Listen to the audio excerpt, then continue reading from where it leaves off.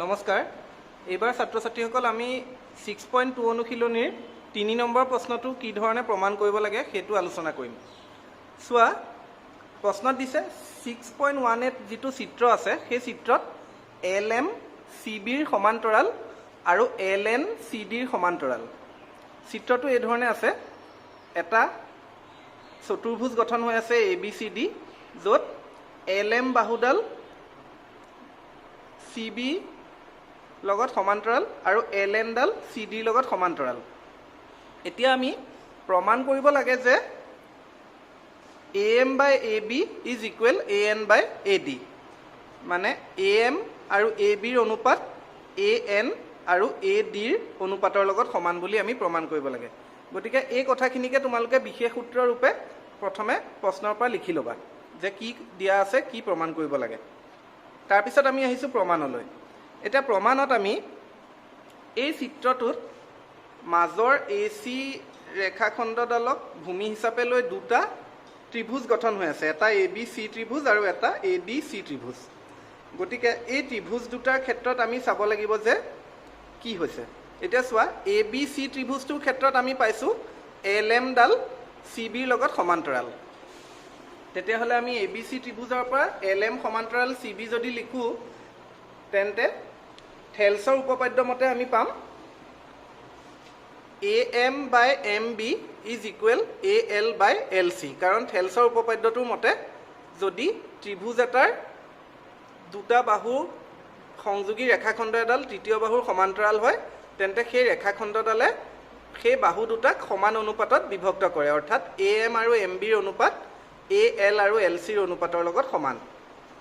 গতিকে আমি লিখিম থেলছৰ উপপাদ্য মতে AM by MB is equal AL by LC।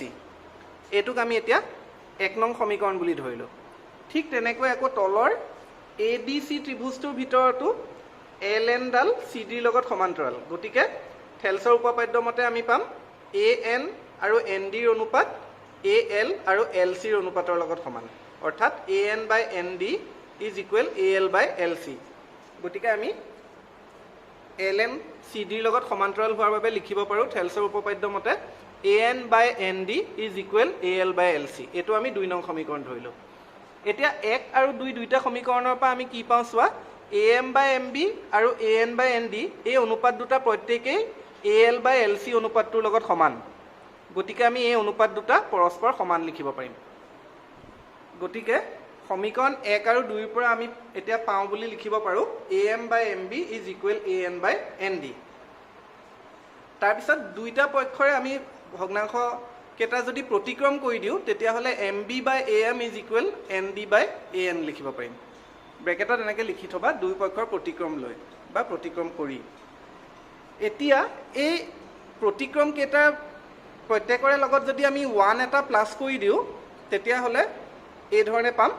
ব্ৰেকেটত লিখি দিলো দুই পক্ষত 1 যোগ কৰি। এতিয়া লসাগু ল'ব পাৰিবা, 1 আৰু AM ৰ লসাগু হ'ব AM, গতিকে 1 into AM আমি AM পাম plus MB divided by AM এনেকৈ আমি লিখিলো।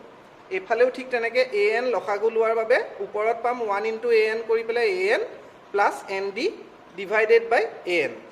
এতিয়া AM প্লাছ MB আৰু AN প্লাছ ND কৰিলে আমি চিত্ৰটোৰ পৰা কি পাওঁ যদি চাওঁ, AM আৰু MB যদি প্লাছ কৰোঁ আমি AB ৰেখাখণ্ডডাল পাম। ঠিক তেনেকৈ AN আৰু ND প্লাছ কৰিলে আমি AD ৰেখাখণ্ডডাল পাওঁ, হয়নে? গতিকে আমি লিখিব পাৰিম AM প্লাছ MB ৰ সলনি AB আৰু AN প্লাছ ND ৰ সলনি AD। গতিকে AB by AM is equal AD by AN পালোঁ। কিন্তু যিটো প্ৰমাণ কৰিব দিছিলে তাত এই ভগ্নাংশ দুটাই উল্টা হৈ পেলাই আছে, মানে প্ৰতিক্ৰম হৈ পেলাই আছে। গতিকে আকৌ এবাৰ আমি প্ৰতিক্ৰম কৰি দিলে পাম AM by AB is equal AN by AD, দুই পক্ষৰ প্ৰতিক্ৰম লৈ।